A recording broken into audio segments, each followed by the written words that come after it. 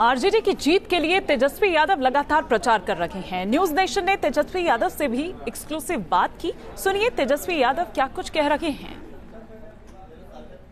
राजनीति में एक ऐसा मौका आया है जब चुनाव की धुरी रहने वाले लालू प्रसाद यादव जो हैं वो चुनाव से दूर हैं, लेकिन उनकी पार्टी की और उनकी सियासत की बागडोर जो है उनके पुत्र और नेता प्रतिपक्ष तेजस्वी जो है बखूबी संभाल रहे हैं। किस तरह का माहौल अभी आपको अब कैंपेनिंग कर रहे हैं, 5 चरणों का चुनाव खत्म हो चुका है, लग रहा है? देखिए काफ़ी अच्छा हम लोगों को जो रिस्पॉन्स आ रहा है और जिसकी हमको भी उतनी उम्मीद नहीं थी कि इतने बढ़ चढ़ करके जो लोग हैं वो हमारे पक्ष में मतदान करेंगे। 5 फेज़ हो गए हैं और जहाँ तक ग्राउंड रिपोर्ट्स जो आ रहे हैं, हमारे जो फीडबैक आ रहे हैं, काफ़ी जो है सकारात्मक है, काफ़ी पॉजिटिव है महागठबंधन के लिए। और मैं कह सकता हूं कि ये पहला ऐसा चुनाव है जिस चुनाव में हम लोगों के नेता और हमारे पिता लालू जी, पहला चुनाव है ऐसा जिसमें 7 फिज़िकली तौर पे हम लोगों के नहीं होंगे। लेकिन फिर भी आप देखेंगे कि बिहार में जिस प्रकार से हम लोगों ने महागठबंधन बनाया है और पब्लिक कितने कड़े धूप में भी लोग, इतने बड़ी संख्या में लोग आ रहे हैं, उपस्थित हो रहे हैं। और जिस प्रकार से अगर आप देखा जाए तो लोग जो हैं, बिहार के लोग ख़ास तौर पे, वो ठगे हुए महसूस कर रहे हैं। नरेंद्र मोदी जी 2015 में आए थे, उन्होंने बोला था बिहार को स्पेशल पैकेज देंगे। उन्होंने 1 पैसा नहीं दिया बिहार को, बल्कि डबल इंजन की सरकार है। कई साल बाद जो है स्टेट और सेंट्रल में एक ही अलायंस की गवर्नमेंट है, फिर भी आप देखिएगा कि कोई स्पेशल पैकेज नहीं। बिहार का शुरू से ही डिमांड रहा है कि स्पेशल स्टेटस का दर्जा दिया जाए, विशेष राज्य का दर्जा दिया जाए। उसको जो है वो भी पूरा नहीं किया।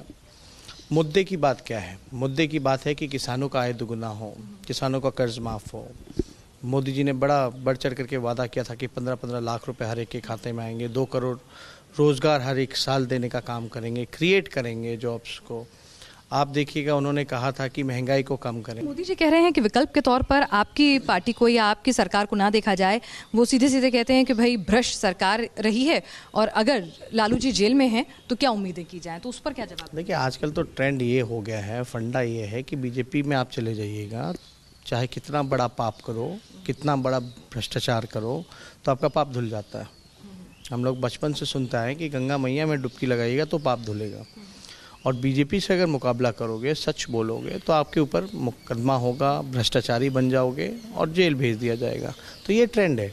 जितने भी संवैधानिक संस्थान हैं आप वहाँ देख लीजिए, हर जगह जो है आरएसएस के लोगों को बैठा दिया गया है।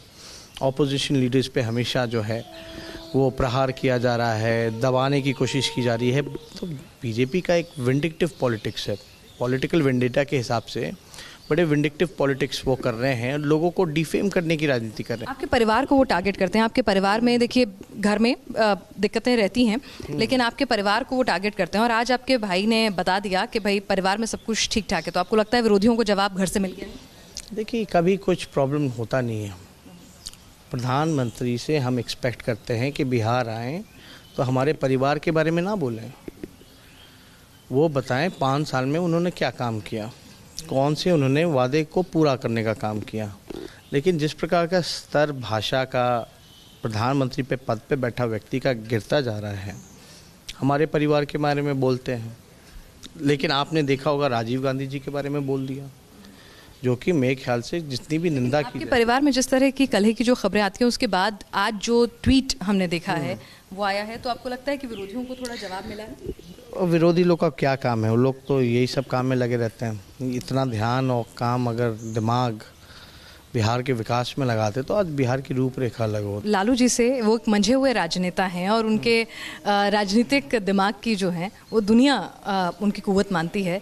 तो बतौर राजनेता एक पिता के पुत्र को क्या टिप थी? नहीं, वो वैसे हमको कुछ ज़्यादा टिप्स वगैरह नहीं देते हैं, बस बोले कि बस घूमते रहो, लोगों के साथ रहो।